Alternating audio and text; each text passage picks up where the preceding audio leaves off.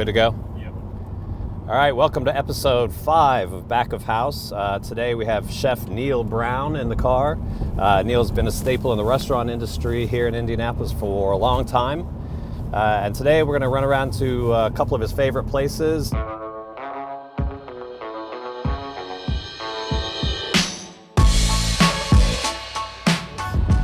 Neal's had quite a few restaurants. L'Explorateur was your first?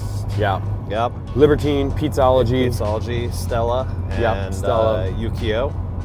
And Ukiyo. What's your current concept going on? We have Fisher's Test Kitchen. And you've got One Trick Pony out there? One Trick Pony is there, which I find like a great deal of joy in One Trick Pony because I've never done anything so simple from just a technical standpoint and just a streamlined standpoint. Like, I love One Trick Pony. It's like one of my favorite restaurants that I've ever done. Neal, what's our first stop and why we headed there?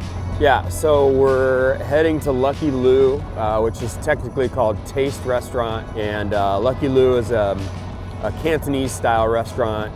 I've had lots of dim sum there. It's very good. Cheers. Cheers, man. Japan First time we've ever cheered on Back in House with a non-alcoholic drink. Is that right? Say. Oh yeah.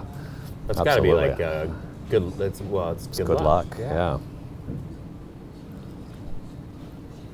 You know, we talked briefly. You've had quite a few restaurants here in town. Do you have a particular favorite?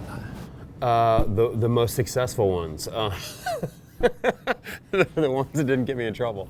Well, from what I understand, they all got you in trouble. Yeah, well, I mean, in their own way. In one Maybe way or not for another. maybe not for the business point of view, but you're always controversial, which is Yeah. Well, yeah. I've never been quiet, right? Like these barbecue buns. If you've never had dim sum before, it strikes me as like your gateway drug. It is. I think that's what we struggle with here in the Midwest. I've had that conversation with other chefs is how do you come up with a menu that's going to be creative enough, but yet, appeal to the populace at large for chefs like you who are perfectionists, creative. I don't think it's got to be difficult. I don't think anyone gives the creative people in smaller market cities enough credit for that struggle. That struggle alone, it's one of the hardest conversations I have with young chefs. I hate that conversation. Yeah. It's a very painful truth.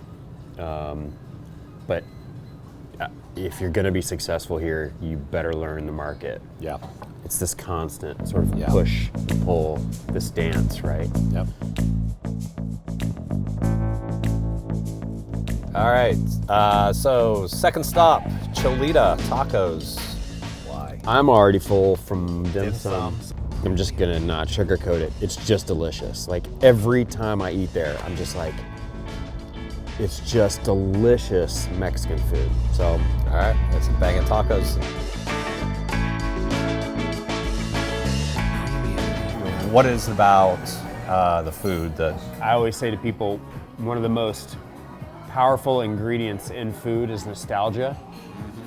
Yeah, man, I've had flavors like this in Mexico. Yeah, they're in touch with some of that nostalgia for cuisine. It's got some authenticity to it, at least. There's no bullshit. You have to learn to do it simple before you can do it complicated. I mean, but I think people get very caught up in the complex.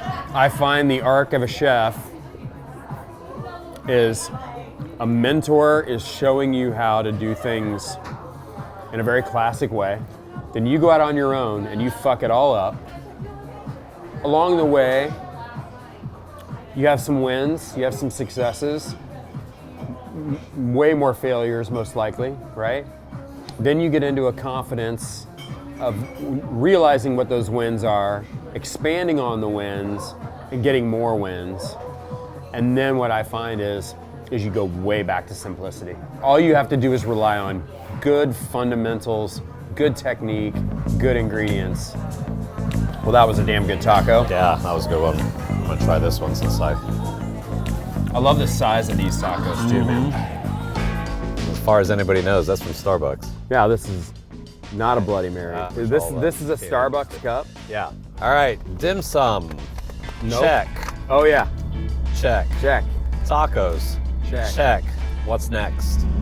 We're going to Can Cinnamon Brasserie and Cinnamon. What are we gonna eat?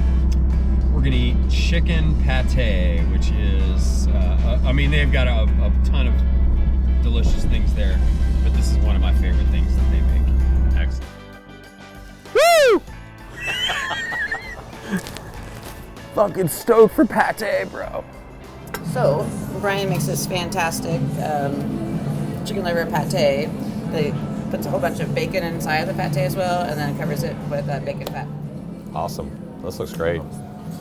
So what was the point where you decided, you know, I think I want to work in food for a living, I'm going to be a chef, or... I'm not going to date myself. I'm just going to say that for a couple summers, me and my friends toured with the Grateful Dead. Oh. And we did a lot of cooking on like Shakedown Street. Yeah. So I was working in restaurants from when I was 16 or so. We started cooking on Shakedown Street at Grateful Dead shows and had a blast. And there's an energy there where you're serving people and you're right up close with them. Yeah. It's different than when you're in a restaurant. And it was a little addictive. That interaction was a little addictive. You can get food like this in Indianapolis. You don't have to go to Chicago. You don't have to go to New York. It's been years since you've had to do that. Yeah, I mean, and it's true, but people don't know that, you know, and it's, you can eat well in this town.